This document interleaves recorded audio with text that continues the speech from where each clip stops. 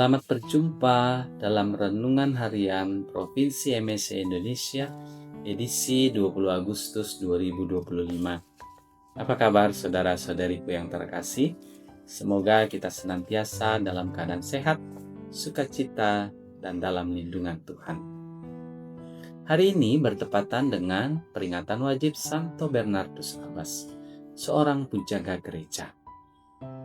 Injil yang akan kita renungkan saya ambil dari Injil Matius sesuai bacaan Injil pada hari biasa pekan ke-20. Dalam Injil, Yesus mengumpamakan kerajaan Allah seperti seorang tuan rumah yang mencari pekerja untuk bekerja di kebun anggurnya.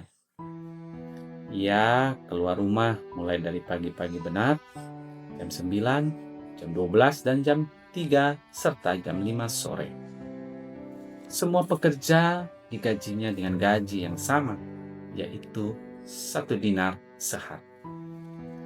Yang menarik dari perumpamaan ini adalah ketika terjadi ketidakpuasan dari pekerja yang datang lebih dahulu, karena mereka menerima upah yang sama dengan pekerja yang datang paling akhir dan bekerja dengan waktu yang singkat.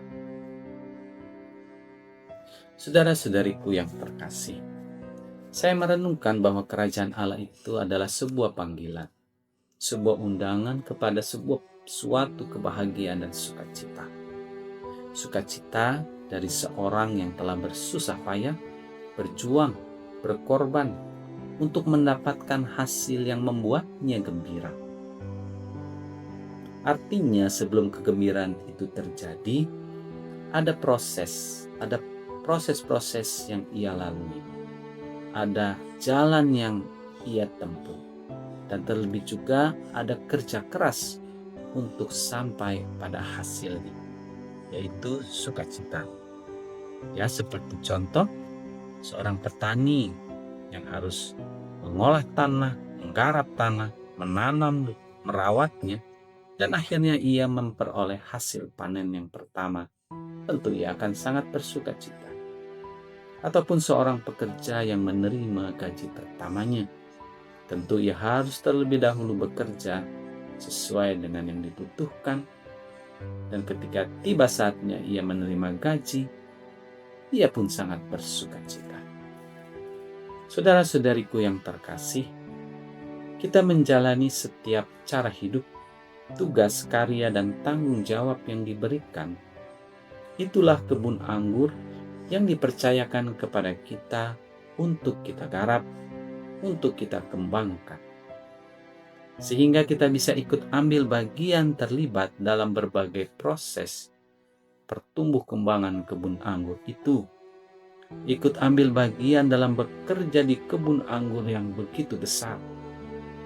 Sehingga kita pun semakin bertumbuh dan berkembang. Dan kebun anggur itu pun dapat menghasilkan buah yang berlimpah. Tuan rumah yang keluar dan mencari pekerja pada jam yang berbeda hendak menunjukkan proses setiap manusia adalah berbeda-beda. Yang ditunjukkan dengan besar, kecil, berat, ringannya perjuangan manusia itu untuk sampai pada sukacita. Sukacita itu semakin terasa dan semakin berdampak bila manusia itu menerima hasil dari jerih payahnya. Dengan menerima hasil, berarti ia menghargai usaha, perjuangan, pengorbanan yang telah ia lakukan sendiri. Bahwa memang dalam menjalani kehidupan itu kita membutuhkan bantuan atau peran orang lain. Sukacita itu dapat menjadi kabur dan tidak berarti, seperti yang ditanyakan tuan rumah kepada pekerja, atau iri hatikah engkau karena aku murah hati? Ya, sikap iri hati yang dapat mengaburkan sukacita. Contohnya saja, misalkan pertama ada kecemburuan. Kecemburuan dari para pekerja terjadi karena membanding-bandingkan. sibuk menghitung untung rugi dari waktu kerja dengan upah yang diterima, dibandingkan dengan pekerja yang datang terakhir.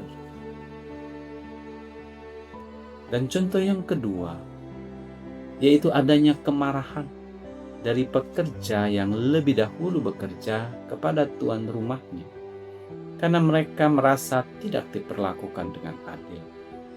Tetapi mereka lupa akan kesepakatan yang dibuat, yaitu upah sedinar sehari. Mereka jatuh pada sikap pemuasan diri, memandang diri yang lebih lelah, memandang diri yang lebih pantas, memandang diri yang lebih banyak berkorban dibanding pekerja yang datang terakhir. Untuk itu, sebagai murid-murid Kristus, sukacita yang utama adalah kebahagiaan kekal bersama Kristus. Sukacita dalam kerajaan surga dapat dan sudah pula kita rasakan di dunia ini karena kita telah dipersatukan dengan Kristus. Sukacita itu tidak hanya terletak pada akhir hidup, tetapi kita bersukacita karena dipanggil untuk ikut ambil bagian dalam karya keselamatan Tuhan dengan mewartakan sukacita lewat cara hidup kita, tugas, karya, dan tanggung jawab yang terus kita tumbuh kembangkan. Setiap manusia diberikan kemampuan, cara, kesempatan yang berbeda-beda. Oleh karena itu, sikap bersyukur menjadi sikap yang mengawali kita bersukacita. Sikap bersyukur menjadi sikap yang mampu menghargai kemampuan, usaha, bahkan keterbatasan diri, termasuk kemampuan atau kelebihan orang lain. Semoga hari ini kita awali hidup dengan sikap bersyukur atas segala yang telah kita terima, atas kesempatan, atas tugas-tugas yang dipercayakan kepada kita. Semoga Tuhan memberkati kita.